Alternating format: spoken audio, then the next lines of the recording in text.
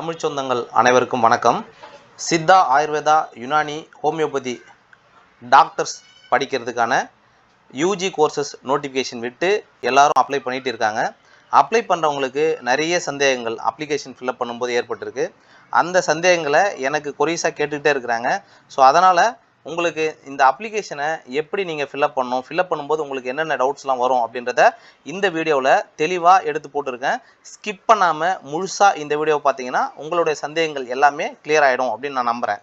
இன்னும் இந்த சேனலை சப்ஸ்கிரைப் பண்ணாதவங்க சப்ஸ்கிரைப் பண்ணிக்கோங்க. சித்தா, ஆயுர்வேதா, யோகா, யுனானி, ஹோமியோபதி போன்ற ஆயுஷ் கோர்சஸ் பற்றிய அனைத்து அப்டேட்ஸ்களும் அடுத்தடுத்த வீடியோவில் போடலான்னு இருக்கேன். ஸோ மறக்காமல் சப்ஸ்கிரைப் பண்ணிக்கங்க. வாங்க வீடியோக்குள்ளே போகலாம்.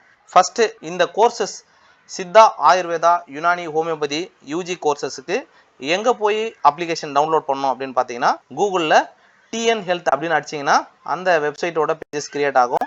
இதில் இந்த first health and family welfare department அப்படின்னு சொல்லி இருக்கும். அந்த வெப்சைட்டை நீங்கள் கிளிக் பண்ணிங்கன்னா உங்களுக்கு அதுக்கு லிங்க் வந்து போயிடும். அந்த லிங்க்கில் பார்த்தீங்கன்னா உங்களுக்கு சைடில் நோட்டிஃபிகேஷன்ஸ் அப்படின்னு சொல்லி ஒரு பிளாக் இருக்குது.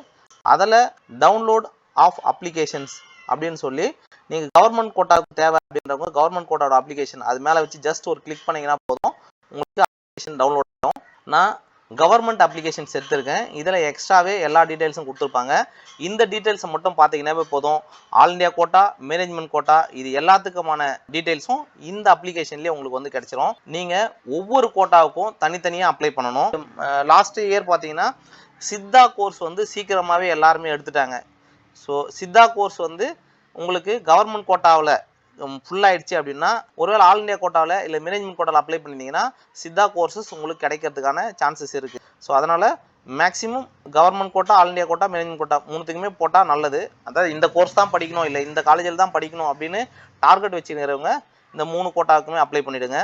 இல்லை எது கிடைச்சாலும் ஓகே அப்படின்னு நினைக்கிறவங்க நீங்கள் கவர்மெண்ட் கோட்டா உங்களோட எலிஜிபிள் மார்க்கை வச்சு எவ்வளோ rank last year cut off மார்க்கை வச்சு நீங்கள் அப்ளை பண்ணுறது நல்லது. சரி வாங்க நம்ம ப்ராஸ்பெக்டஸ் பார்க்கலாம். இந்த ப்ராஸ்பெக்டஸ் மொத்தமாக கவர்மெண்ட் ப்ராஸ்பெக்டஸ் பார்த்தீங்கன்னா 90 பக்கம் இருக்குது.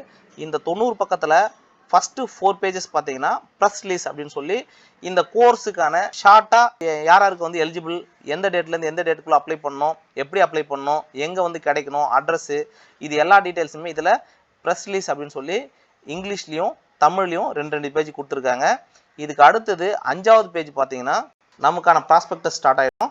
இந்த 5வது பேஜில் இதுலேயே உங்களுக்கு டேட் கொடுத்துருக்குறாங்க. லாஸ்ட் டேட் என்னைக்கு அப்படின்னு பார்த்தீங்கன்னா 27/8/2024 சாயந்தரம் 5 மணி வரைக்கும் இந்த ப்ராஸ்பெக்டஸை நீங்கள் வந்து அப்ளை பண்ணி அங்கே சப்மிட் பண்ணிடணும் அப்படின்னு சொல்லியிருக்கிறாங்க. அட்ரஸும் இதில் இருக்கிற அட்ரஸ் தான். Selection committee, directorate of Indian medicine and homeopathy, Arignar Anna government hospital of Indian medicine campus, Arumbakkam, Chennai 106 அப்படிங்கிற அட்ரஸுக்கு நீங்கள் அனுப்பி விட்டுடணும். ஃபோன் நம்பர் கொடுத்துருக்காங்க. உங்களுக்கு ஏதாவது டவுட்ஸ் அப்படின்னா இந்த கான்டாக்ட் நம்பர் கான்டாக்ட் பண்ணி கேட்டிங்கன்னா உங்களுக்கு அதுக்கான ஆன்சர்ஸ் சொல்லுவாங்க. இதுதான் இந்த வெப்சைட், நீங்கள் வெப்சைட் அட்ரஸ் டவுன்லோட் பண்ணுறது, அது இதுலேயும் கொடுத்துருக்காங்க. காஸ்ட் 500 ரூபா இந்த அப்ளிகேஷன் காஸ்ட். கவர்மெண்ட் கோட்டாவோட அப்ளிகேஷன் பார்த்தீங்கன்னா 500 ரூபா. மேனேஜ்மெண்ட் கோட்டாவுக்கும் ஆல் இண்டியா கோட்டாவுக்கும் பார்த்தீங்கன்னா 1000 ருபீஸ் கண்டிப்பாக நீங்கள் ஆன்லைனில் பே பண்ணி அதுக்கான ரெசிப்டை இந்த அப்ளிகேஷன் கூடவே நீங்கள் சென்ட் பண்ணி விடணும். இது கவர்மெண்ட் கோட்டாவுக்கு மட்டும் எஸ்சி, எஸ்சிஏ, எஸ்டி கேண்டிடேட்ஸுக்கு மட்டும் ஃப்ரீங்க. ஸோ அவங்க என்ன பண்ணோன்னா இந்த 500 ரூபாய் கட்டின இ ரெசிப்ட்டுக்கு பதிலாக 3 கம்யூனிட்டி ஜெராக்ஸ் காப்பீஸ் இந்த கேண்டிடேட் மட்டும் கண்டிப்பாக என்க்ளோஸ் பண்ணி அனுப்பணும். அவங்க அப்ளிகேஷன் காஸ்ட் வந்து ஃப்ரீங்க, ஆனால் அதுக்கு பதிலாக 3 கம்யூனிட்டி சர்டிஃபிகேட் வந்து ஜெராக்ஸ் காப்பீஸ் வந்து என்க்ளோஸ் பண்ணி அனுப்பிவிடணும். ஒன்லி ஃபார் கவர்மெண்ட் கோட்டாவுக்கு மட்டும். ஆல் இண்டியா கோட்டாவுக்கும் மேனேஜ்மெண்ட் கோட்டாவுக்கும் எல்லா கம்யூனிட்டிஸுமே இன்க்ளூடிங் எஸ்சி, எஸ்சிஏ, எஸ்டி கூட 1000 ருபீஸ் பே பண்ணிவிட்டு அதுக்கான ரெசிப்டை நீங்கள் அது கூட என்க்ளோஸ் பண்ணி தான் அனுப்பிவிடணும். கவர்மெண்ட் கோட்டாவுக்கு மட்டும் ஃப்ரீ. கடைசி 8 பக்கம் பார்த்தீங்கன்னா உங்களுக்கு அப்ளிகேஷன் இருக்கும். ஸோ இதில் பார்த்தீங்கன்னா இது என்னன்னு நிறைய பேர் கேள்வி கேட்டிருக்காங்க. இது வந்து செலெக்ஷன் கமிட்டியோட செக்ரட்டரியோட சைனுங்க. கம்பல்சரி இந்த அப்ளிகேஷனோட தான், இந்த சைனோட தான் நீங்கள் சென்ட் பண்ணணும். இது எம்ப்ளம். இந்த இடத்துல நீங்கள் அந்த 500 ரூபாய் ஃபீஸ் பே பண்ணுறதுக்கான நம்பர் ஒன்று கிரியேட் ஆகும். இங்கிலீஷில் ஒரு 3 லெட்டர் இருக்கும், அதுக்கப்புறம் ஒரு 7 டிஜிட் இருக்கும். அதை இந்த இடத்துல ஃபில்அப் பண்ணணும்.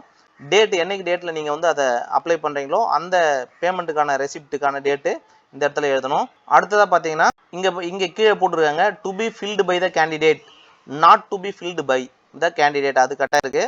நாட் டு பி ஃபில்டு அப்படின்னா இந்த நாட் டு பி ஃபில்டு ரெண்டுமே நீங்கள் ஃபில் பண்ணக்கூடாது. To be filled by the candidate அப்படின்னா நீங்கள் தான் ஃபில் பண்ணணும். உங்களோட நீட் ரோல் நம்பர் இதில் இந்த கட்டத்துக்குள்ளே எழுதணும். நீட் யூஜி ஸ்கோர், உங்களோட மார்க், நீட் மார்க் எவ்வளோ அப்படின்னு சொல்லி இதில் எழுதணும். ஆல் இந்தியா நீட் ரேங்க், உங்களோட ரேங்க் எத்தனாவது இருக்குன்னு அந்த நீட் மார்க் ஷீட்லேயே இருக்கும், அதை நீங்கள் இங்கே எழுதணும். கம்யூனிட்டி, நீங்கள் எந்த கம்யூனிட்டி அப்படின்றத இந்த இடத்துல எழுதணும். இதை நீங்கள் தாங்க எழுதணும்.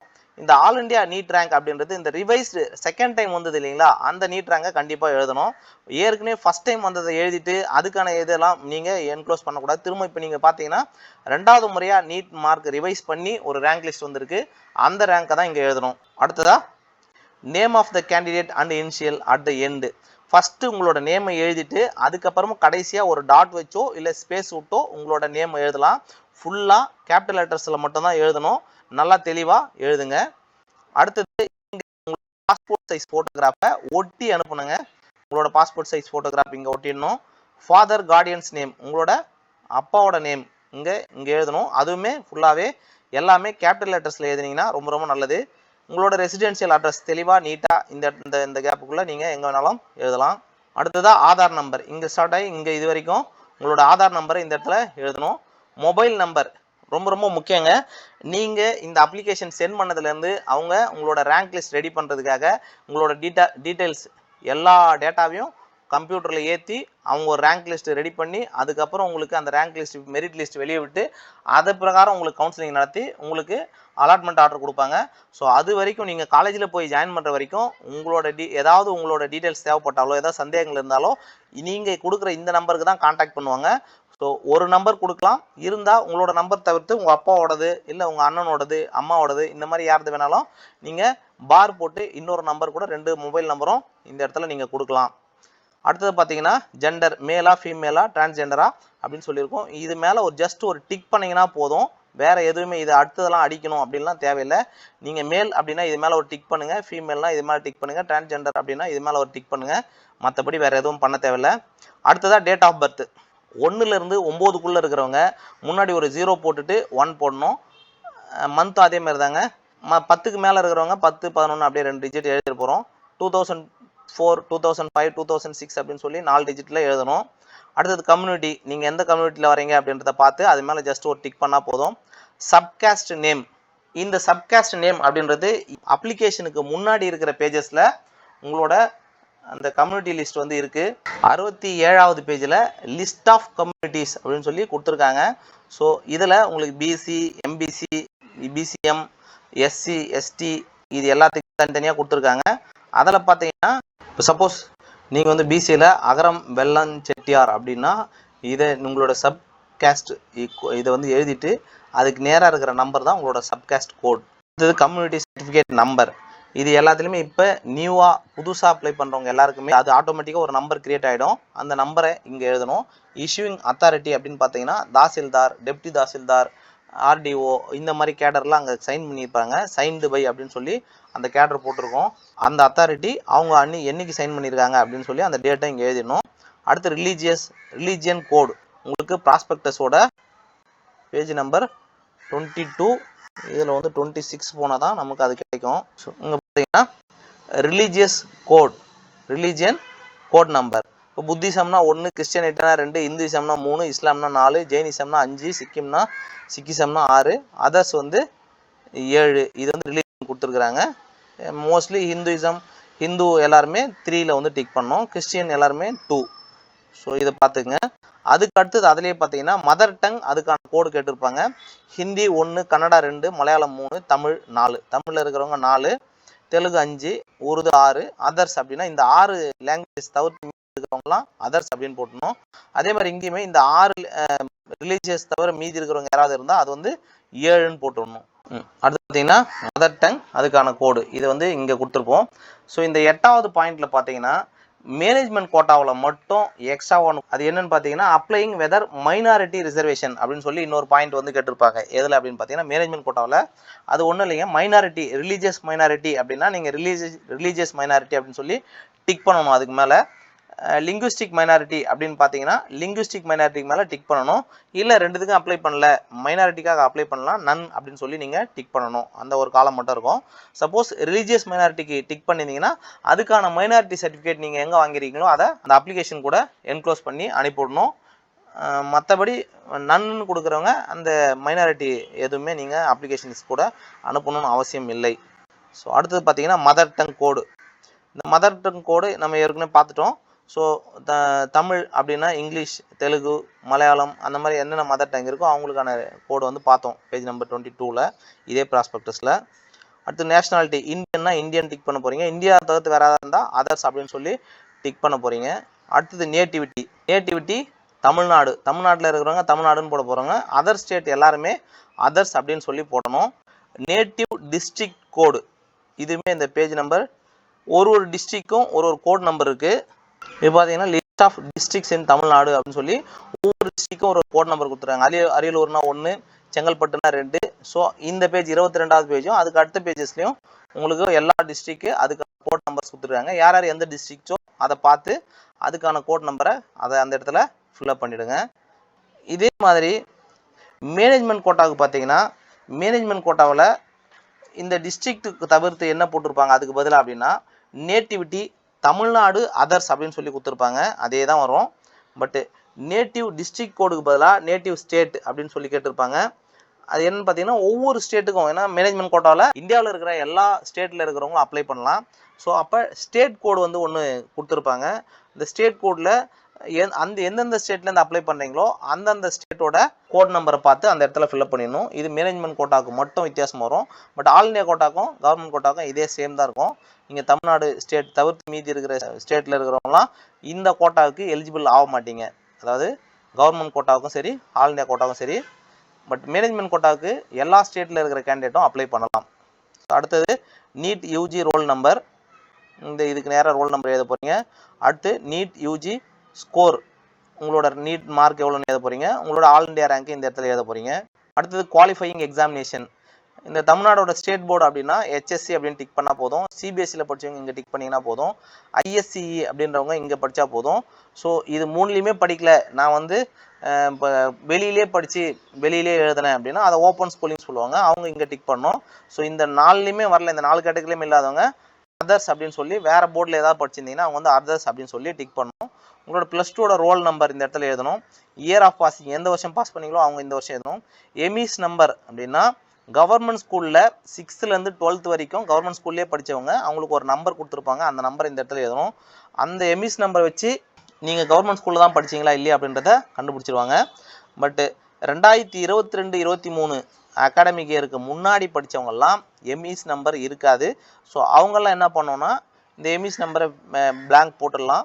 போட்டுட்டு இந்த 7.5 ரிசர்வேஷனுக்காக தான் நீங்கள் அப்ளை பண்ணுறீங்க அப்படின்னா நீங்கள் எந்தெந்த ஸ்கூலில் 6வதுலேருந்து 12வது வரைக்கும் படிச்சிங்களோ, சப்போஸ் ஒரே ஸ்கூலில் படிச்சிருந்தீங்கன்னா ஒரே அந்த ஸ்கூலோட ஹெட்மாஸ்டர் கிட்டே நீங்கள் வந்து ஒரு போனாஃபைட் சர்டிஃபிகேட் வாங்கி வந்து இது கூட என்க்ளோஸ் பண்ணியிருந்தீங்கன்னா போதும். பட் அதுவுமே வந்து ஜெராக்ஸ் காப்பீஸ் இந்த அப்ளிகேஷன் கூட என்க்ளோஸ் பண்ணணும். நேரில் வரும்போது ஒரிஜினல் கொடுத்தீங்கன்னா போதும். மற்ற நீங்கள் ஒருவேளை 6வது ஒரு ஸ்கூல் 7வது ஒரு ஸ்கூல் எல்லாமே கவர்மெண்ட் ஸ்கூல் தான். ஆனால் ஒரு வருஷம் ஒரு ஸ்கூலில் படிச்சிருந்தீங்க அப்படின்னா அந்த ஒரு வருஷத்துக்கும் அந்தந்த ஸ்கூல் HM கிட்ட கண்டிப்பாக போனாஃபைட் சர்டிஃபிகேட் வாங்கி இது கூட என்க்ளோஸ் பண்ணணும். அடுத்தது மீடியம் ஆஃப் இன்ஸ்ட்ரக்ஷன் பார்த்தீங்கன்னா இங்கிலீஷ், தமிழ், அதர்ஸ். இப்போ இங்கிலீஷ் மீடியம்னா இங்கிலீஷ் டிக் பண்ணிவிடுங்க. தமிழ் மீடியம்னா தமிழ் டிக் பண்ணிங்கன்னா போதும்.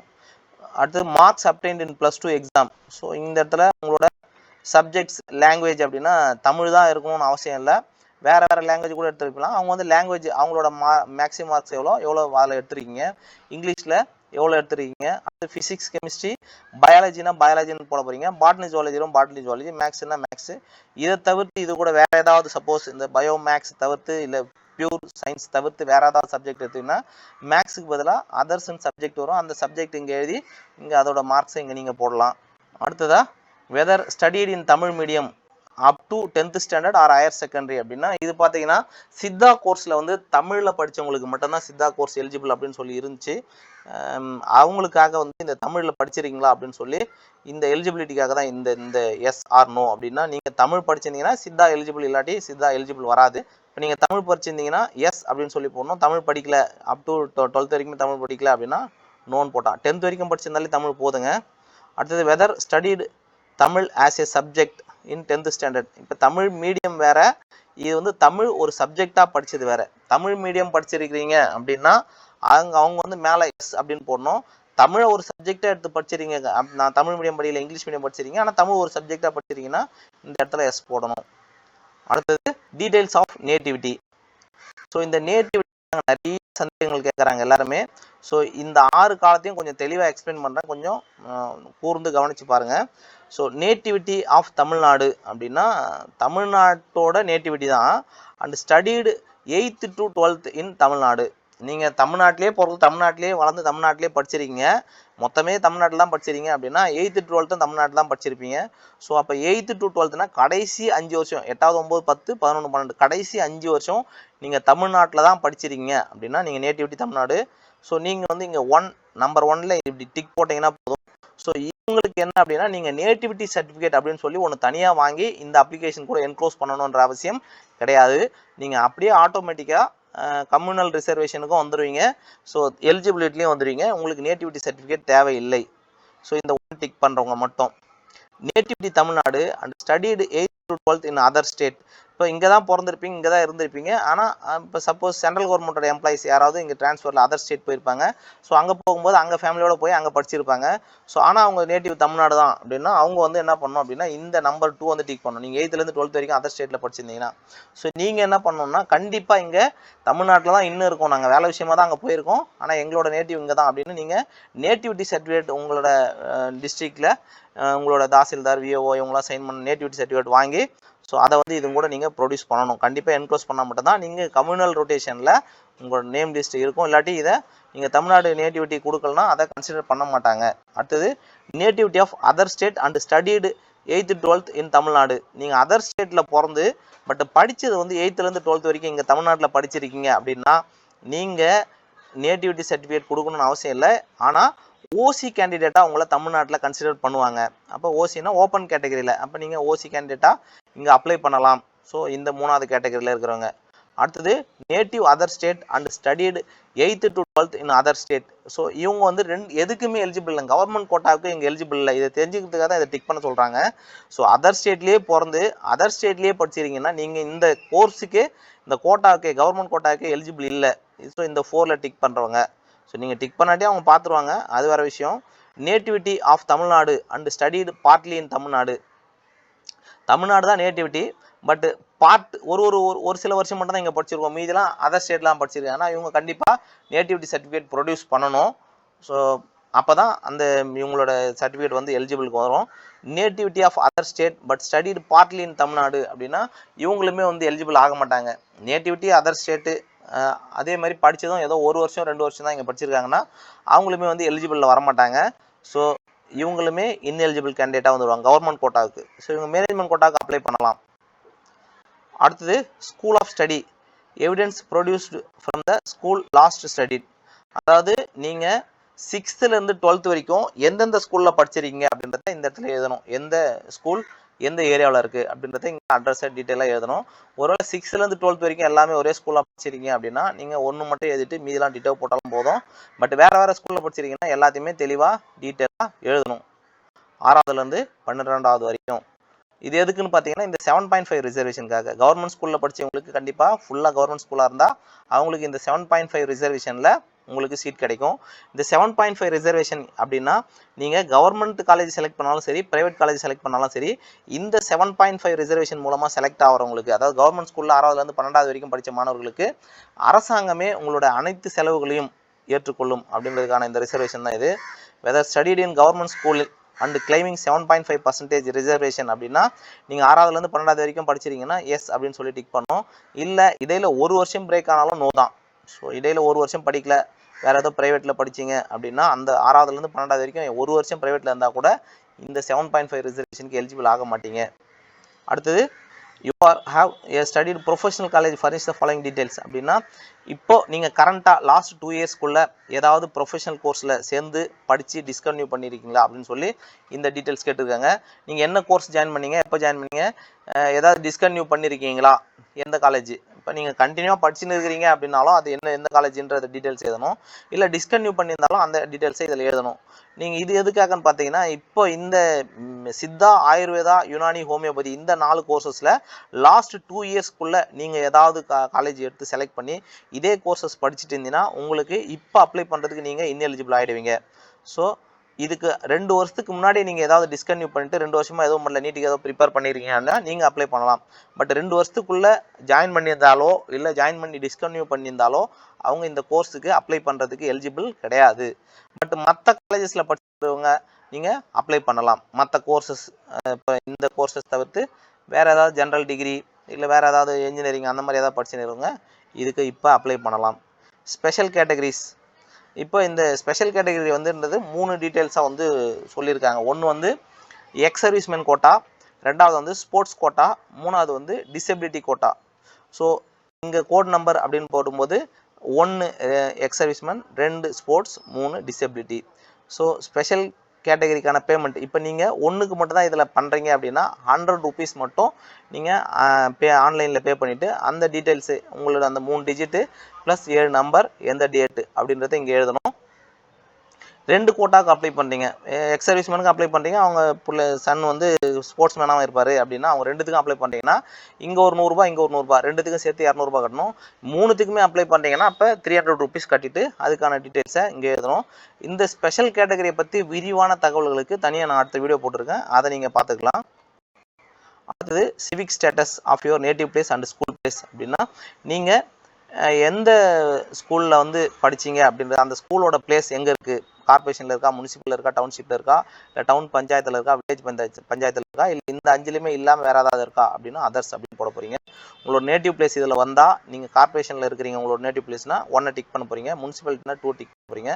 ஸ்கூல் பிளேஸ் அதே மாதிரி அது எங்கே இருக்குதுன்னு பார்த்தீங்கன்னா அதே கார்பரேஷனில் நீங்கள் படிக்கிறீங்கன்னா 1, இல்லை இங்கேருந்து வெளியே போயிட்டு நல்ல ஸ்கூல் அப்படின்றத ஒரு சிலர் கார்பரேஷன் விட்டு வெளியே போயிருப்பாங்க, இல்லை வெளியில் இருக்கிறவங்க இங்கே கார்பரேஷன் வந்திருப்பாங்க, அவங்க அந்த இதை டிக் பண்ணணும். Occupation of the parent, government employee இருந்தால் 1 டிக் பண்ணணும், சென்ட்ரல் கவர்மெண்ட் எம்ப்ளாய் இருந்தால் 2 டிக் பண்ணணும், இல்லை professional, industry, business, agriculture, private organisation, small trade, இந்த 8லையும் வராதவங்க அதர்ஸ் அப்படின்னு சொல்லி டிக் பண்ணணும். Arrange monthly income of parents, இதுக்கு எதுக்குன்னு பார்த்தீங்கன்னா உங்களோட ஃபேமிலி இன்கம் பிலோ 2.5 lakhs இருக்குது அப்படின்னா ஸோ அவங்க வந்து ஸ்காலர்ஷிப்புக்கு வந்து எலிஜிபிள் ஆவீங்க. எஸ்சி, எஸ்சிஏ, எஸ்டி கேண்டிடேட்ஸ் மட்டும் பிலோ 2.5 lakhsனா அதுக்கான சர்டிஃபிகேட்டை நீங்கள் இந்த அப்ளிகேஷன் கூட என்க்ளோஸ் பண்ணி ஒரு ஜெராக்ஸ் காப்பி என்க்ளோஸ் பண்ணி அனுப்பிவிட்டிங்கன்னா அட்வான்ஸ் டியூஷன் ஃபீஸ் அப்படின்னு சொல்லி கவர்மெண்ட் காலேஜ் செலக்ட் பண்ணுறவங்க 5000 rupees அட்வான்ஸாக நீங்கள் செலெக்ஷன் கமிட்டியில் கட்டுற மாதிரி இருக்கும். அதே மாதிரி self financing college government quota எடுக்கிறவங்க 10,000 rupees இங்கே அட்வான்ஸ் டியூஷன் ஃபீஸாக இங்கே ஒரு செக்யூரிட்டி டெபாசிட் மாதிரி நீங்கள் இங்கே கட்டுற மாதிரி இருக்கும். அந்த அமௌண்ட்டை நீங்கள் இங்கே கட்ட தேவையில்லை. ஸோ அதனால் நீங்கள் இந்த 2.5 lakhs இன்கம் சர்டிஃபிகேட் வந்து இங்கே வந்து இந்த அப்ளிகேஷன் கூட சப்மிட் பண்ணணும். அது ரீசெண்டாக 6 மாதத்துக்குள்ளே எடுத்த சர்டிஃபிகேட்டாக இருக்கணும். ஸோ மற்ற கம்யூனிட்டிஸ் எல்லாருமே other than SC, SCA, ST இவங்க எல்லாருமே இங்கே இந்த அப்ளிகேஷன் கூட நீங்கள் அனுப்பணும்னு அவசியம் இல்லை. நீங்கள் காலேஜில் ஜாயின் பண்ணும்போது அங்கே கொடுத்தீங்கன்னா போதும், அங்கே அதுக்கான ஸ்காலர்ஷிப்பை காலேஜ்லேயே உங்களுக்கு வாங்கி கொடுத்துருவாங்க. பட் இங்கே வந்து உங்களோட இன்கம் எவ்வளோ இருக்குது அப்படின்றத இந்த காலத்தில் டிக் பண்ணோம்.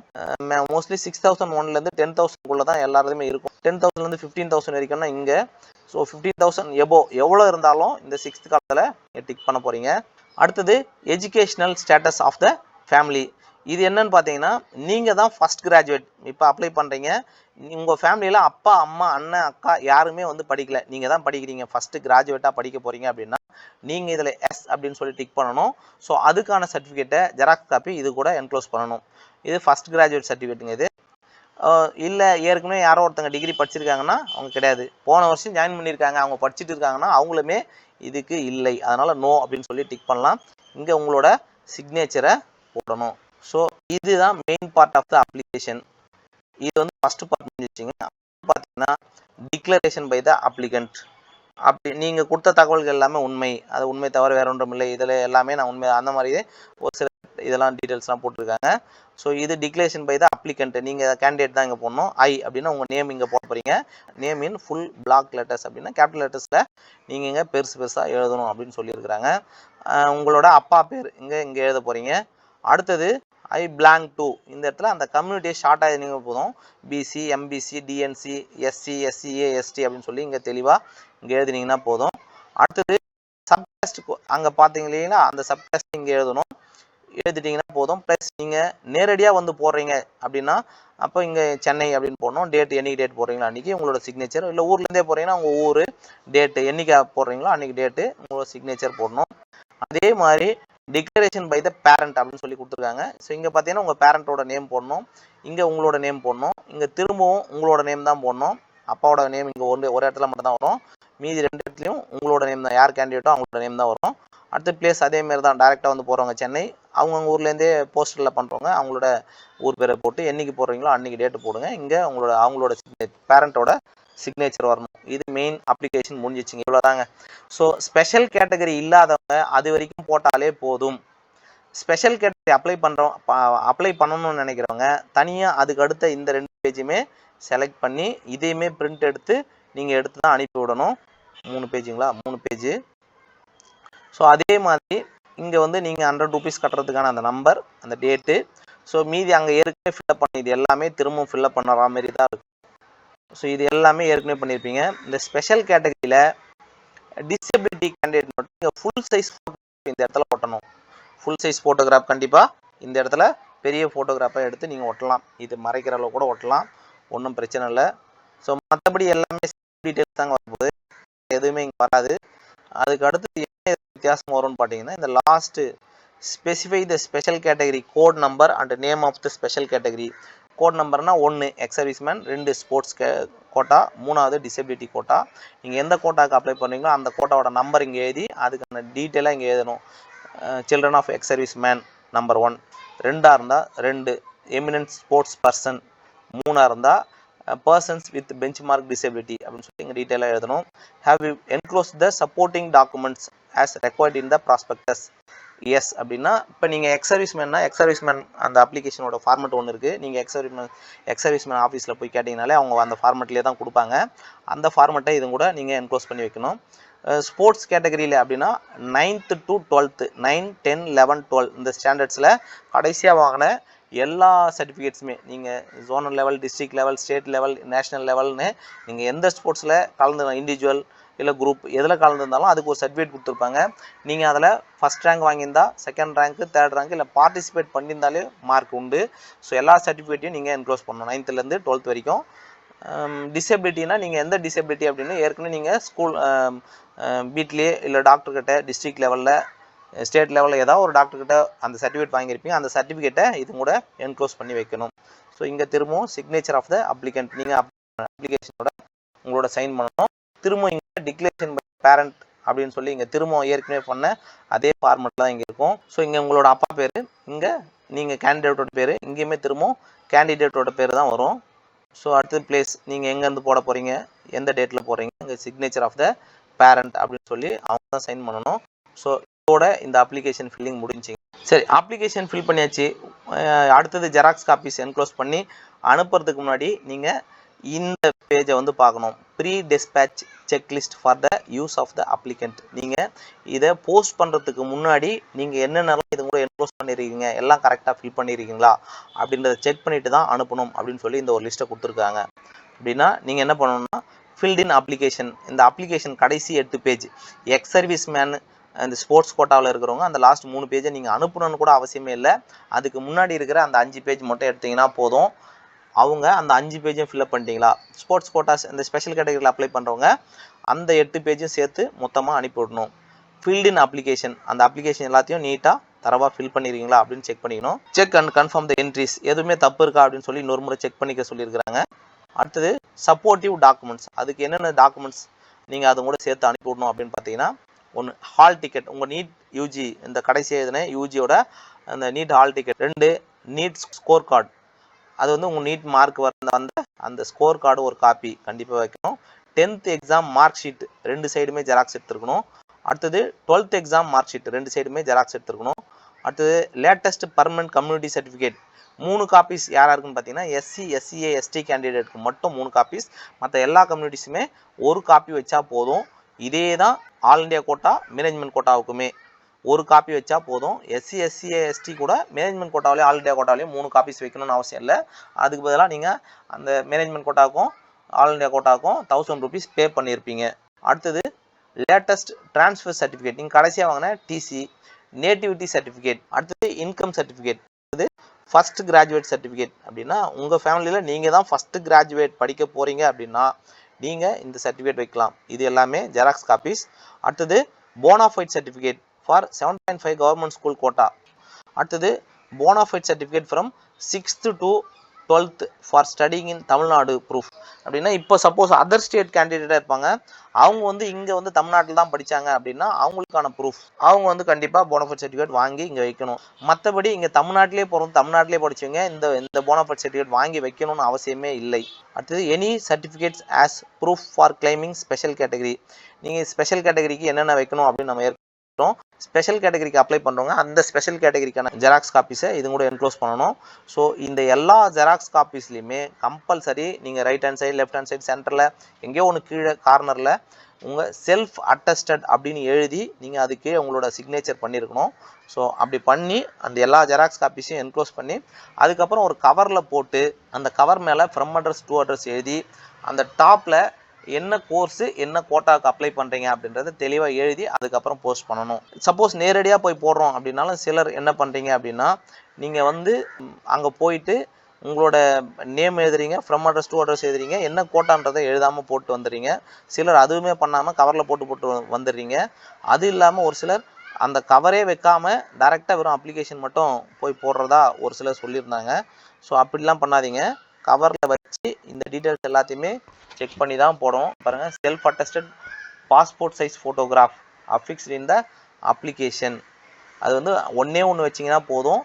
வேறு எக்ஸ்ட்ரா ஃபோட்டோஸ் எதுவுமே அந்த கவருக்குள்ளே நீங்கள் வைக்கணும்னு அவசியம் இல்லை. அதேமாதிரி self addressed acknowledgement post card. நீங்கள் ரெஜிஸ்டர் போஸ்ட்லேயோ ஸ்பீட் போஸ்ட்லேயோ அனுப்புகிறவங்க இந்த அக்னாலஜ்மெண்ட் கார்டு தனியாக ஒரு 3 rupees எக்ஸ்ட்ரா வரும். அதை வந்து நீங்கள் காசு கொடுத்து நீங்கள் அப்ளை பண்ணிங்கன்னா அந்த அக்னாலஜ்மெண்ட் கார்டு ஓகே. பட் கவருக்குள்ளே வச்சு கொரியரில் அனுப்புகிறவங்கலாம் நீங்கள் அனுப்பணும் அவசியம் இல்லை. அதை நீங்கள் கொரியரில் டிஸ்பேட்ச் ஆகிடுச்சான்னு அந்த லிஸ்ட்டை வச்சு நீங்கள் செக் பண்ணிக்கலாம். அடுத்தது திஸ் ஃபார்ம் ஷுட் பி டெட்டாச்டு அப்படின்னு சொல்லி போட்டிருக்காங்க. இது வந்து பழைய இதுங்க. இந்த காப்பியை இந்த பேஜை வந்து எடுத்து அது கூட என்க்ளோஸ் பண்ணி அனுப்பணும் அப்படின்னு அவசியம் இல்லை. நீங்கள் செக் பண்ணி கரெக்டாக எல்லாமே வச்சு அனுப்பிட்டீங்கன்னா நீங்கள் இந்த பேஜை அந்த காப்பி கூட நீங்கள் வைக்கணும்னு அவசியம் இல்லை. பட்டு நிறைய பேர் வந்து வச்சு தான் அனுப்பியிருக்கிறோம், இதுக்கு முன்னாடி வைக்கல அப்படின்னா வைக்கலன்னா பிரச்சனை இல்லை, வச்சு அனுப்பிச்சாலும் பிரச்சனை இல்லை. இதனால் ஒரு பெரிய இஷ்யூவும் வரப்போகிறது இல்லை. ஸோ அடுத்தடுத்த வீடியோஸில் இன்னும் வேறு ஏதாவது தகவல்கள் தேவைப்பட்டால் நான் உங்களுக்கு அப்லோட் பண்ணுறேன். இப்போது இது சம்மந்தமாக ஏதாவது உங்களுக்கு சந்தேகங்கள் இருந்தால் நீங்கள் கமெண்ட் செக்ஷனில் கமெண்ட் பண்ணுங்கள். என்னால் முடிஞ்ச வரைக்கும் உங்களோட டவுட்ஸ் எல்லாத்தையுமே நான் கிளியர் பண்ணுறேன். உங்கள் கனவுகள் அனைத்தும் மெய்ப்பட என் நெஞ்சம் நிறைந்த வாழ்த்துக்கள். நன்றி.